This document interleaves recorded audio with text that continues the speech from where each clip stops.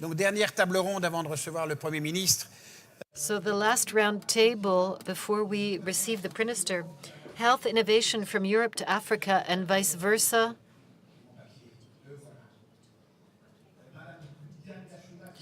Diane Gashumba, Minister of Health for Rwanda. Charlie Graham-Brown, Manyamonu Ndur Mabai, François Xavier Albi, Lionel Zinsou, who's on his way. We hope he'll be here on time, and Richard Villet.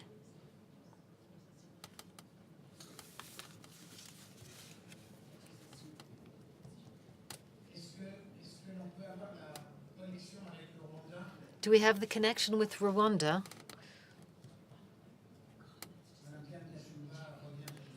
Madame Diane Gambusha is just came back from New York, and she's been gracious enough to accept to discuss with us. Rwanda is one of the most active countries on the digital level in Africa. It's twice the size of the Paris region, 12 million inhabitants, a lot of energy. And Harvard, Johns Hopkins, and Yale are already there, and we're only in Paris. I'd like to make a quick introduction. I know Rwanda very well. I was there in 1973, and I spent several months there.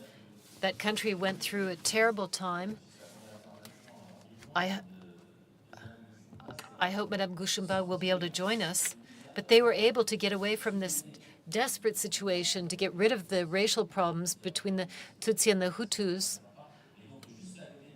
And beside Kigali, after having been Minister of Health, she created a hospital, extraordinary hospital, and I hope she'll be able to talk to us about it. It's a real success. And I'd like to know what kind of difficulties she had to overcome to build this hospital. But while we're waiting, we'll ask Manyun Mbai, who's a professor of internal medicine at the university in Dakar, who started to work with telemedicine before we did in the small villages there. So how is it working? Well, it's the M-Diabet program, and I didn't develop it. M-Diabet is part of a global program called Be Healthy, Be Mobile. It's a joint initiative of the WHO and the United Nations Telecommunications Group.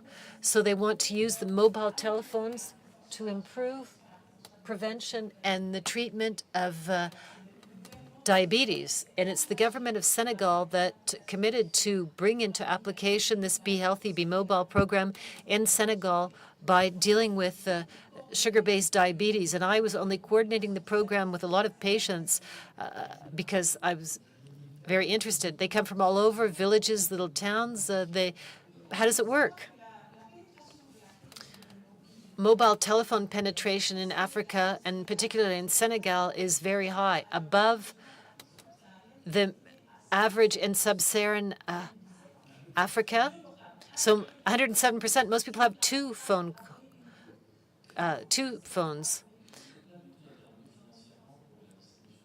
So were there subsidies in distributing the telephones? The project was not set up by you. You're a doctor, but the IT specialist who set up this program and this application on the cell phones, how did you get this out? Did you use advertising? Did you have to finance it? And what type of financial backing did you receive? Beyond the fact that you are treating your diabetics very well. We're at the project phase until the end of 2018 for the International Union of Telecoms, the government of Senegal, and the WHO. So the platform was made available to us by Alcatel-Lucent freely. They no longer exist.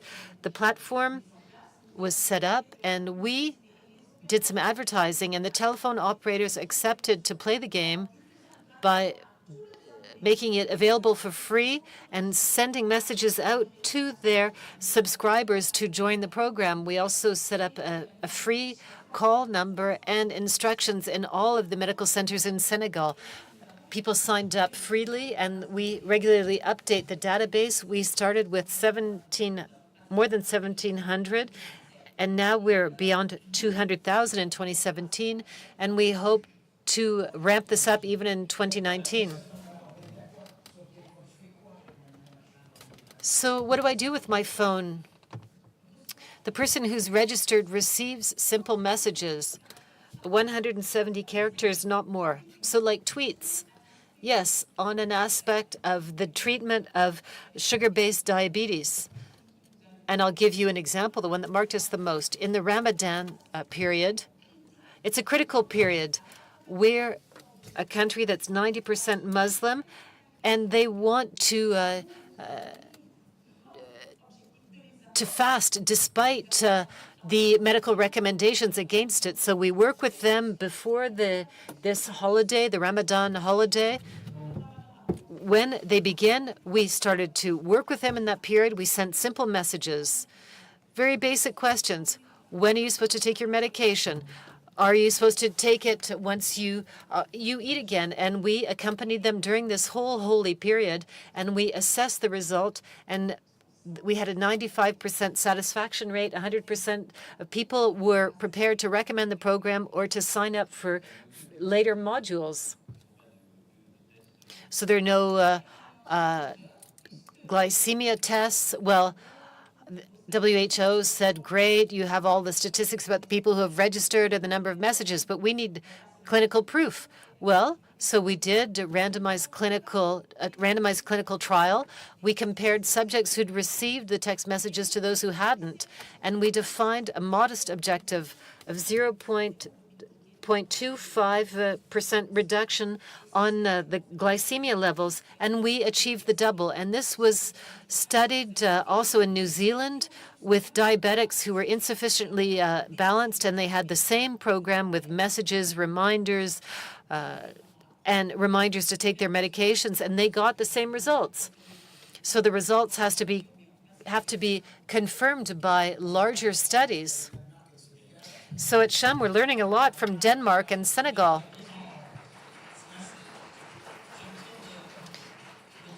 So I'm turned to Guy, and it's perhaps thanks to you that we'll be able to reduce the cost of diabetes treatment in France. That's inverse innovation, and I think it's a great model that we could also apply. Since we saw an image, has Rwanda connected? Well, we'll continue. When you're ready, let us know.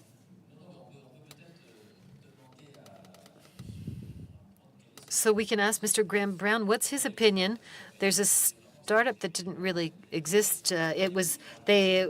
Alcatel Lucent financed it, but if they were looking for financing, how would you address this question of financing, particularly in Africa? We're limiting our debate this evening not to all of the emerging countries, but to Africa. Let me already start by explaining what we do. We normally don't work in the field of medicine. We're a Swiss group called Seed Stars. We want to have an impact in emerging countries. We set up all types of programs to help entrepreneurs. Your case is a bit different.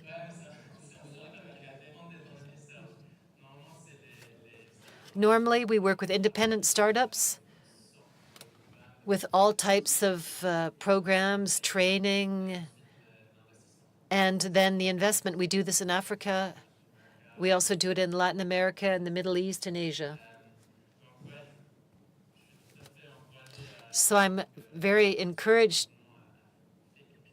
to hear that the government supported you and helped you set up this new technology. That's the type of thing we're trying to support, but of course ours have to be independent projects that we can invest in. Today there's the market in Africa is not only the health market, it goes very quickly for investors. Amongst all the regions that we work in, we see the rate of investment, the number of transactions that are done in the seed stage. So we have Series A, Series B. The numbers continue to grow, so it's a good time for us to be present there. There's a lot of energy, a lot of stakeholders around us who are helping us. We're not working alone. So it's all very encouraging. I think you give out prizes too. You give the money first, or when you give out the prize? How does it work? How do you recruit? Well, it's a competition that we started. We do it in 80 cities across the world. We try to collect ideas and to meet with new startups. And it's a process that we repeat each year. We get 6,000 applications from entrepreneurs who apply for the competition. And we award one prize to one winner per country. It can be in different sectors: fintech, health, high tech. Have you had a health winner yet? No, not yet. We've had winners in the countries, but not at the international level. Maimouna, do you have other experiences in Senegal on deliveries, on other healthcare treatment with the cell phones? Not of the same size as diabetes, but there are lots of local initiatives that need to be federated, I think, in the framework of e-government of the Ministry of Health, because these are actions that have proven themselves to be effective and that we've seen in other countries. For the time being, other than diabetes, there's another action that was developed by a startup in Senegal. They won a prize from the Pierre Fabre Foundation, and they recover unused medication to avoid useless expenditures, and to avoid them from taking medication that has gone past the best before date. So this startup is also has developed their application for smartphones, and they give points to people when they bring medication back to a dedicated site. A pharmacist controls the quality of the medication, and there's an exchange between the people who have registered. They can exchange unused information without having to pay for new medication. That's a great idea. When you look at the tons of medication that just sit in our bathrooms. I have a question before we go back to Rwanda. You said there's 1.5 telephones per inhabitant in your country. So do you think the telemedicine that we're developing can be useful in Africa, in remote areas? You have medical deserts in your country too. In France, we have medical deserts, even though we've increased the numerous clauses. In some dispensaries, are there consultations that could be done via telemedicine? And do you think that our telemedicine programs that are a bit too sophisticated, are they too sophisticated for your needs? I think that it's not possible to transpose what's being done in Europe. It's much too complex, in my opinion. We need to start with the basics, with simple solutions that are not as costly. We don't have the budget. Telemedicine has started in Africa, in Cameroon. We've seen teleophthalmology, ultrasound. I have experience with other countries to treat diabetes. They've asked my opinion on the way they're treating diabetes and whether the patients have to be brought into a specialized center or not. So the telemedicine does exist, and it's one of our objectives in the continuity of diabetes. We want to move on to teleconsultation, teleappointments, to be able to fully use telemedicine. François Xavier, well, this is really very interesting. We see that there are lots of new initiatives in Africa. You pronounced the word, an important word. We need to federate. An economy that works is a market economy where you can raise capital. And there are many, many initiatives. So many of them are splendid and incredible, but we can't get beyond the fundamental problem of financing. And for people who have been in Africa is really that. There's a lack of cash. There's a lack of money. It's not the health offer. In Africa, the Dakar University is one of the 4 to 5 best universities on the continent, and that's something that has been achieved. It's probably the oldest in sub-Saharan Africa. It's It's one of the best universities. And the Moroccans are trained in Dakar to avoid the problems of the numerous clauses that they have there. So doctors have been trained in these universities. They go to Europe and to private clinics. They don't go to the villages. There's no money in the villages. They're not paid. They can't put their kids in school, et cetera, et cetera. So the number one problem is to make, to invest in health and to find the money for investment. It's a very interesting experiment they carried out, and I think that the right model for Africa is an insurance-based model that should be inspired from the experience that took place in Tamil Nadu in India or in Indonesia, the regulated competition model where the state has a strong role to play in defining the healthcare, the tariffs, but it gives the management of local healthcare to insurance companies, and that's something that could have a very quick effect in Africa.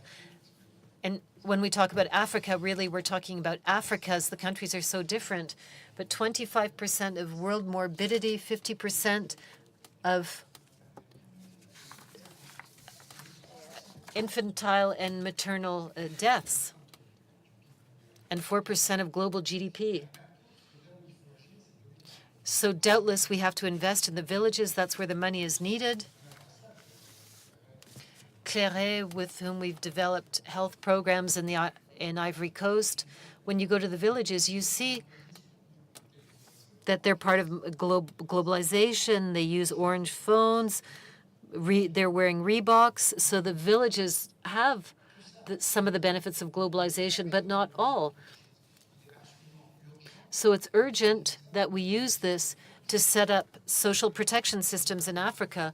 Of course, we need them in Europe. If you have a child who's sick, they'll go across the Mediterranean to have their child treated. So we're sending 15 billion to Africa to treat sick children, and that would be enough to set up an insurance system that could deal with these problems in Africa.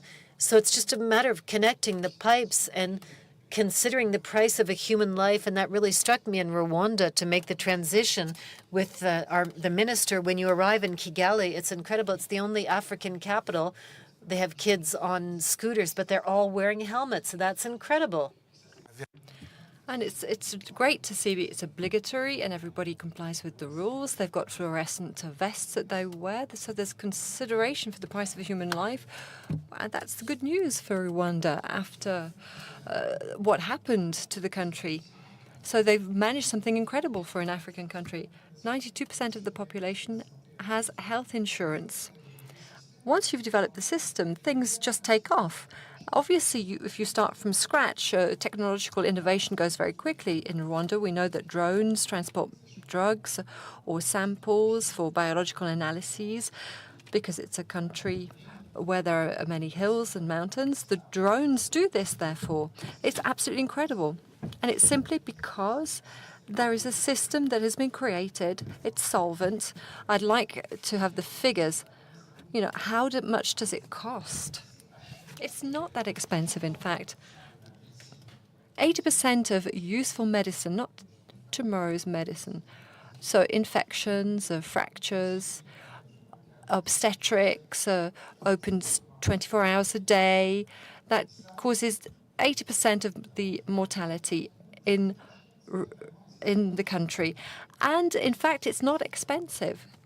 It's not, the Pompidou Hospital, but that they have there, but it's accessible. You were saying that you didn't have money to use the sophisticated instruments, but we don't need them. Why not send us your rustic communication instruments? We've got tools that have thousands of functions, and we use maybe 3% of those functions. We'd like to have your tools. Could you give me one, maybe? I have to say Mr. Valencien, that I was surprised in the interest that there was in our modest program, the interest of countries with such high-performing healthcare systems. I have long admired and been fascinated by the French healthcare system. And then, little by little, I realized, and even more so since this morning, of the complexity and how heavy going the whole thing is. Thank you, says Guy. It's not criticism. Yes, we're not taking it as criticism. It's just an observation. So here's the minister. Now, what I'm saying is that what makes our program so attractive is its simplicity. It's simple, it works, and it's not costly. Can we be in contact with the minister? Minister Gashumba, Minister of Health in Rwanda.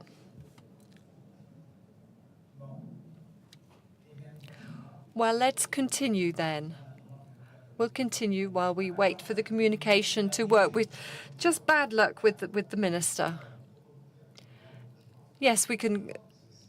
To go back to the programs in Europe, this is where we need initiative in terms of health in Europe, Africa. We need to be ambitious at the scale of Europe and looking at the proximity between Europe and Africa. And we've talked about the price of human life or the price of data. This is what we talked about previously, the price of data.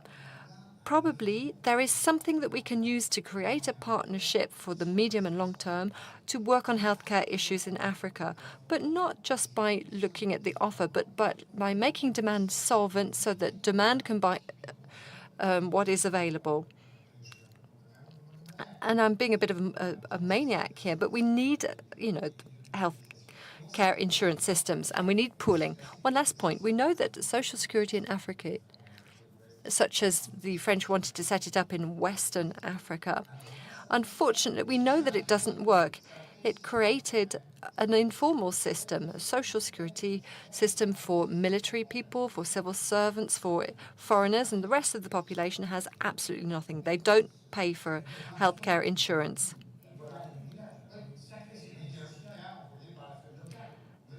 So we're talking about local aspects. And then there's the smartphone generation in villages. Africa is going through an incredible kind of schizophrenia. We can see what things are like in Europe and the United States. I've got a niece who might be a trader in Wall Street and who sees that her aunt is dying as she's trying to give birth. This is incredible. If I may make a remark as a surgeon and talk to you about essential surgery. We've already touched on this subject, and you can die very quickly in childbirth.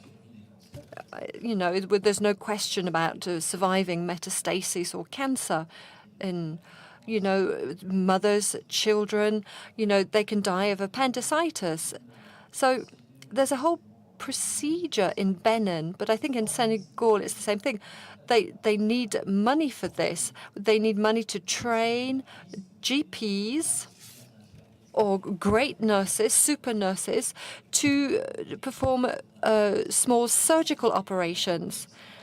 And, this wouldn't take much. It's difficult to do this, however, because the money is often invested in big projects, huge projects, and that's perfect. I don't know what you think about this. Yeah, we talk about emergency obstetric care. They have been trained, paramedicals have been trained to carry out surgical operations, and this has saved many lives. It may be shocking for you, but matrons are from the community. They have been trained for childbirth.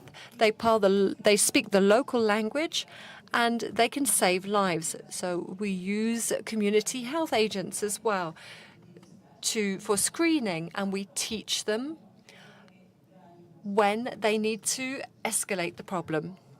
There's another point that we haven't talked about, but which is also very important, and that is fertility in Africa, which is very high. In Mali, it's 7.5 children per woman. In Niger, it's worse.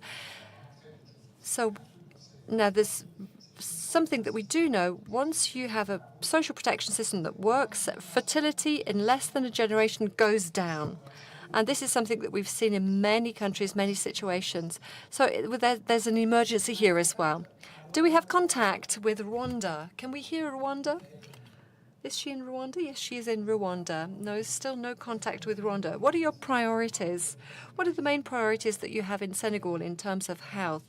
If you were the minister, everything's a priority in Senegal. I know that you have to choose according to your budget, but what would you focus on? Well, let's stay with the diabetes program that we have today. The big challenge is to make it durable. We know all health projects to help with development, to help with health, they are there to initiate, to set something up. They are the initial investment. But, they're not going to make something durable. And if we take the case of diabetes, the government and its partners are supposed to take over as of 2019. It was 2018, but it was extended into 2019. And as of 2019, we have to take over. They have to take over. But we need to find the right kind of viable business model, the right kind of structure, yes, to make it durable. So that's the big challenge, basically. So everybody's doing lots of different things, but you're right, things never last. Unfortunately, yes, it's like, water being poured onto sand. We need structures, we need a business models, social models that are stable, and I think that this is something that Rwanda has succeeded with and that Europe could impel in Africa. So you need to have the infrastructure for financing initiatives, and you need to make the demand solvent. You need to give, vouchers to women, for example. So it's great that your project do you think it might become an independent structure one day? I think that the government would love that. The government is supervising by setting up the regulations, looking at interoperability.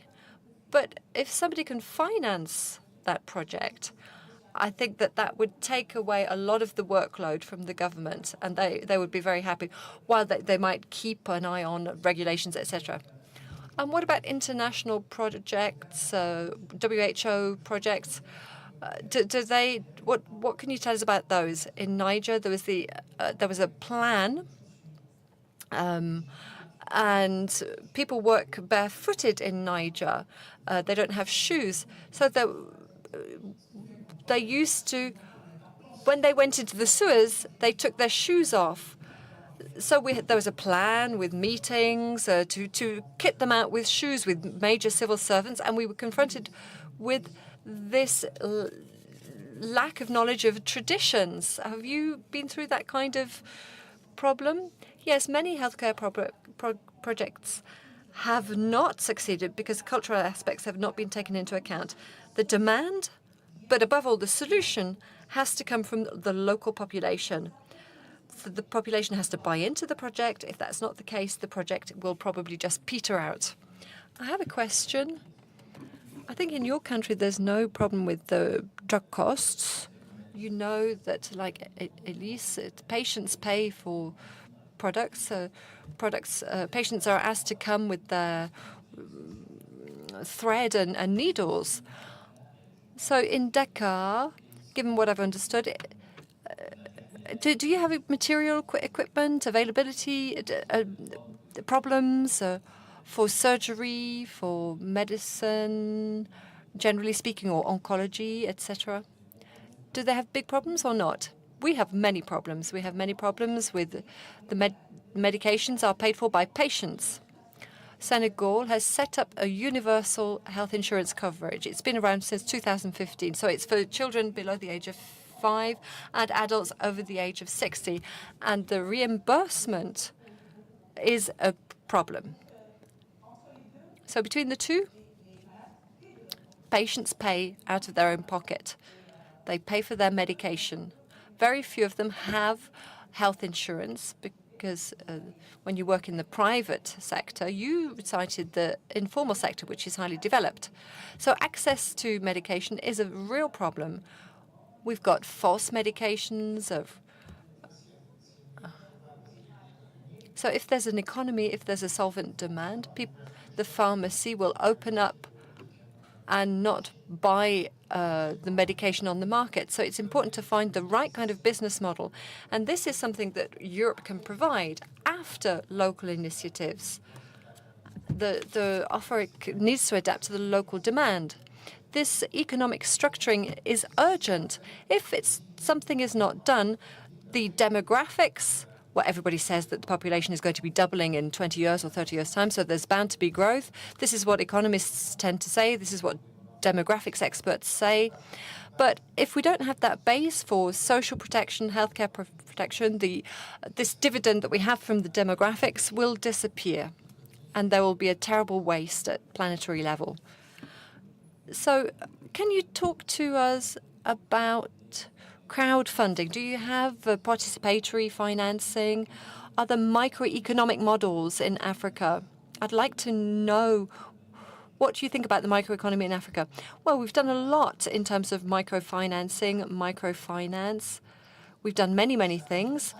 This solves partially the problem. So microfinance, basically it's a woman who gets up in the morning, who goes to the market to buy food. She prepares the meal for 30 to 50 people around her, so small companies. And then she gets her subsidy from a microcredit structure. And this partially offsets the absence of cash, but over cycles that are very, very short, that not big enough for her to invest, to buy an oven or chairs or to become a proper restaurant, basically. So everything's a little bit like that. So there are a lot of experiments, there's a lot of experience, there are many promises in terms of technology, but there's a lack of cash. There's a lack of cash to an extent that you can't really imagine.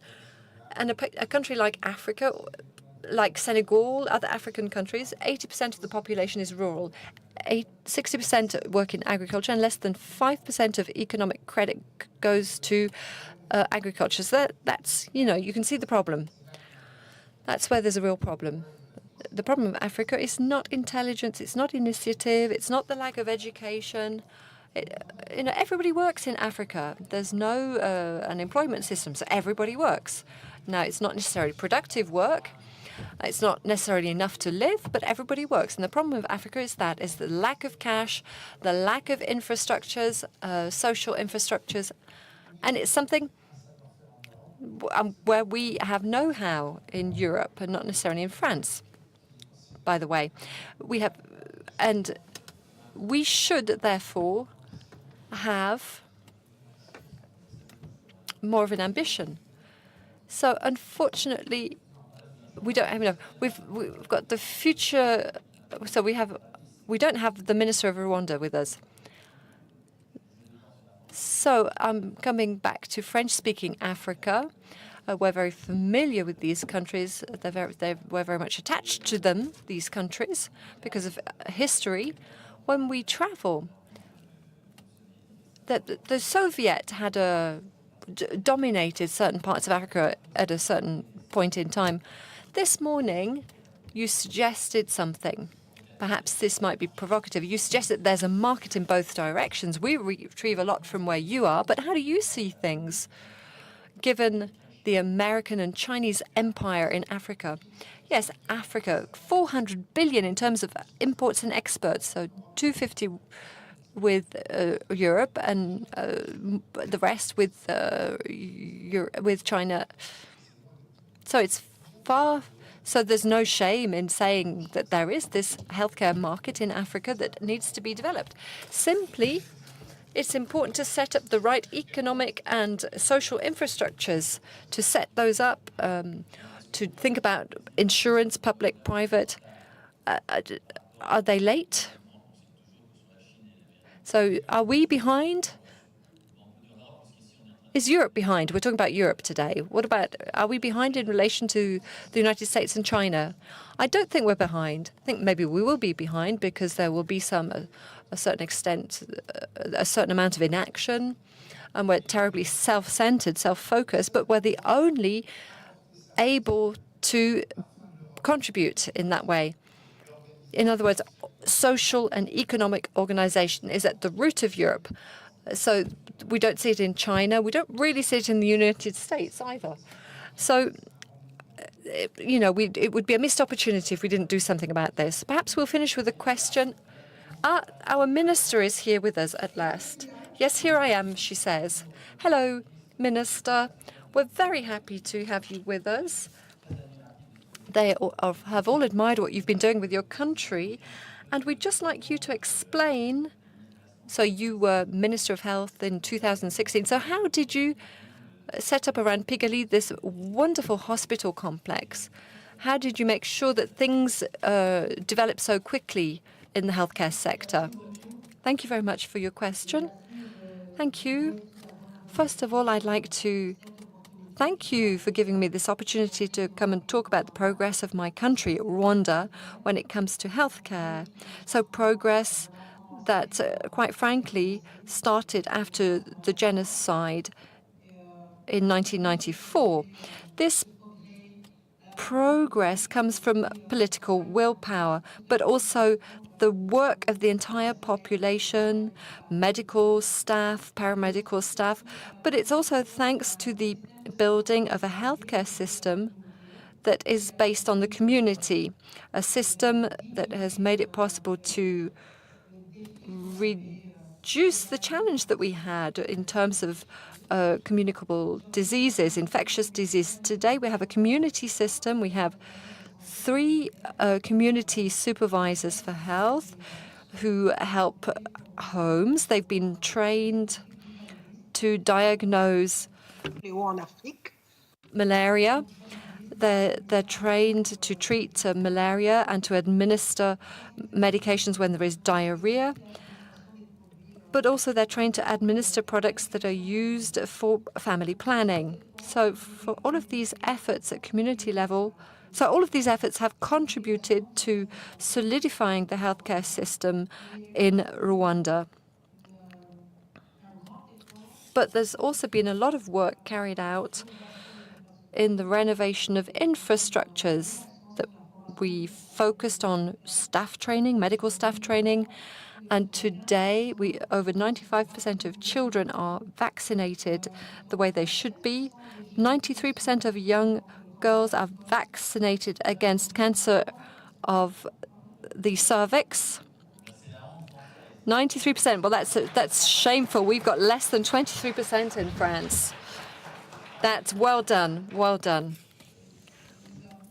Une assurance maladie.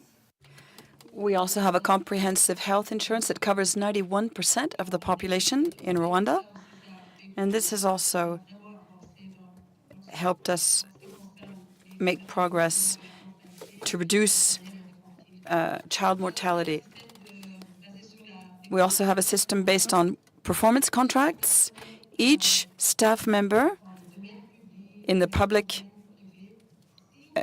and private sectors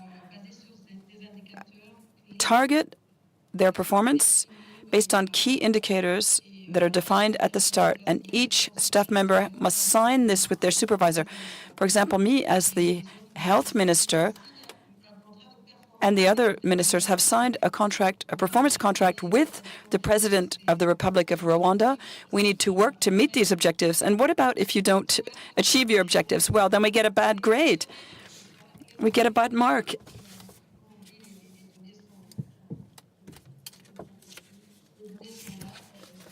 The data speaks for itself. The information speaks for itself. So we have to work. And the Rwanda government is investing 16% of its budget in healthcare. This is one of the sectors that's really supported by the government. And so we really don't have an excuse if we don't reach our objectives. Well, that's very impressive to see that you are a country that invests 16% of the GDP in healthcare. I think if we made a comparison with another country, an equivalent country such as the U.S., if we looked, this coverage of 92% of the population is quite impressive. But I also wanted to emphasize, nevertheless, the collaboration with partners in healthcare. such as our technical cooperation with Belgium. They helped us set up the healthcare system. The CDC as well, the Global Fund, USAID also. We have excellent partners who've supported our efforts, our local efforts. So we're not working in isolation. Do you have relationships with your neighboring countries to the south, Burundi, for example, or not at all? For healthcare, for example, not in other sectors, but in healthcare. Yes, of course. To fight malaria, you cannot fight malaria in isolation. So our relationship isn't really excellent the way we would like it to be, but we do collaborate with our counterpart, the Minister of Health in Burundi, and we're drawing up a strategy to fight malaria, a regional strategy, with the support of the WHO. Well, thank you. I think you wanted to ask a question? Yes, we're all very sensitive to your success in terms of healthcare. We're really impressed, and this isn't just rhetoric. It's good news for Africa. Now, what can you say about the future? And do you think you can generalize this? Can you be ambassadors of this model to other African countries? We saw that in March, your president and your government took an initiative that was absolutely unbelievable for free trade among 44 African states, and it only took 6 months to achieve this. Do you have a real vocation to be an ambassador for healthcare in Africa so that your example could be replicated? And what are the next steps for Rwanda? Rwanda tomorrow, will it become African Switzerland? Well, you're considered Switzerland. Well, Kigali, I think, is cleaner than Geneva. I can testify to that. Well, the future, I would say that the future, the more we advance, the more difficulties we encounter, because we need to maintain these gains. We can't reverse. So we need to really deploy all of our efforts to guarantee a positive future for all of our citizens in Rwanda. But we have to face the challenges of non-communicable diseases. We've succeeded by fighting the communicable diseases, infectious diseases. We succeeded in extending life expectancy to 66 years in Rwanda. In 1994, it was 28 years old at the time of the genocide, and now life expectancy reaches 66, including, but now we have to face problems with cancer, diabetes, cardiovascular diseases. This is our major concern today, and we're trying to invest. And as you know, that the treatment of all of these diseases, these chronic diseases, the treatments are expensive, so we have to adjust our healthcare coverage and our policies to confront these new NCDs that we're dealing with. This is an exercise that we're carrying out, but as I said, it's expensive. We're really focusing on prevention, and now we're trying to amplify this prevention policy. Twice a month, we tell people to leave their vehicles at home and walk. People need to do more sports. The president has joined us in doing more sports. And this is a strong message to the population, and it's really starting to bear fruit. And we hope that this will play an important role in the elimination of these non-communicable diseases.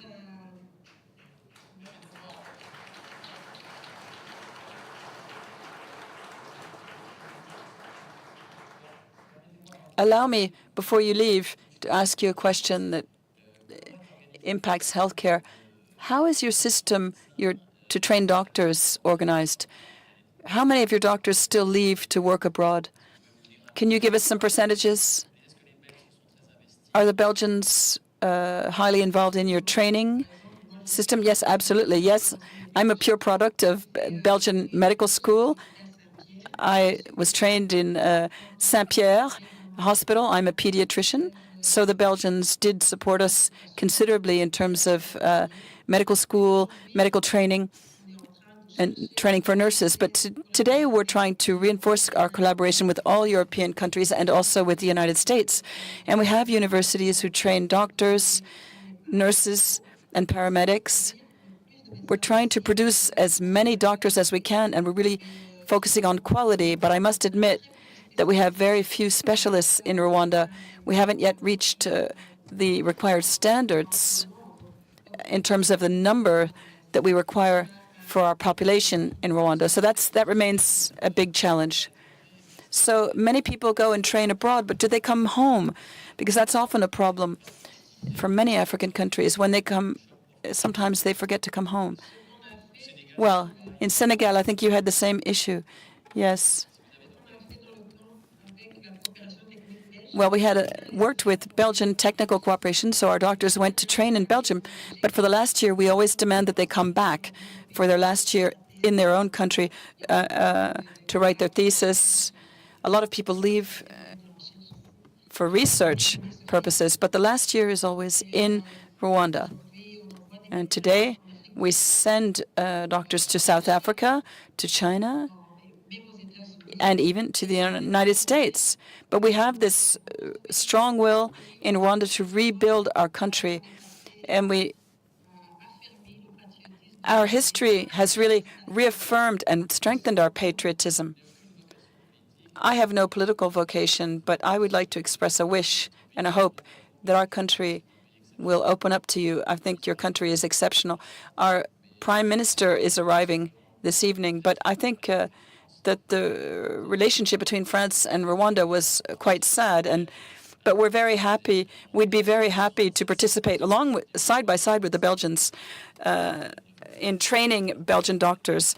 I have a deep love for personal reasons for your country, and hopefully we can train doctors in France as well. And I'd like to give a round of applause to the Minister of Rwanda, because your accomplishments are remarkable. We do have a collaboration with France. Nevertheless, Professor Marispo, I don't know if you know him, but and you also went to Strasbourg. Yes, I did. Well, we were very happy to hear from you, and we really admire what you've done for your country that has suffered so deeply for many years from this conflict that was experienced, and it was unbearable. And Africa, when we see how you've come back from a life expectancy of 28 to 66, it's amazing. So thank you. Thank you for your participation. Thank you for the opportunity. Thank you very much.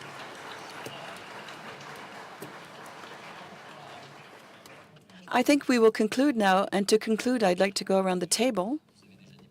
You've all said many things, but perhaps in just a few words, you could each say how you see your personal project concerning diabetes and your future. We heard from the health minister, but how do you see the evolution of the equipment that you use and also the future of Senegal in terms of healthcare and international relations, and what we can learn from your country that we think can contribute a lot from your good example? Well, I think we've already shown the efficacy of the program, and it should continue. So we need to find the resources to be able to continue. I think the example of Rwanda shows very well that many health problems in Africa are often attributed to a lack of resources, but many other problems are linked just to a question of organization and political will and leadership. So if you want to send the Senegalese doctors back home from France to Senegal so that they will work with us, this will really help us.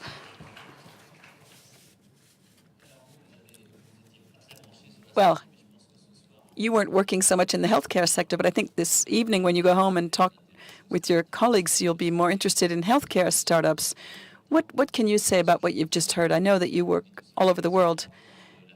What are the relationships between Africa and other emerging countries where you work as well? Well, first of all, I'm very happy to see that this is an independent project, and I think it will take someone with such a altruistic personality.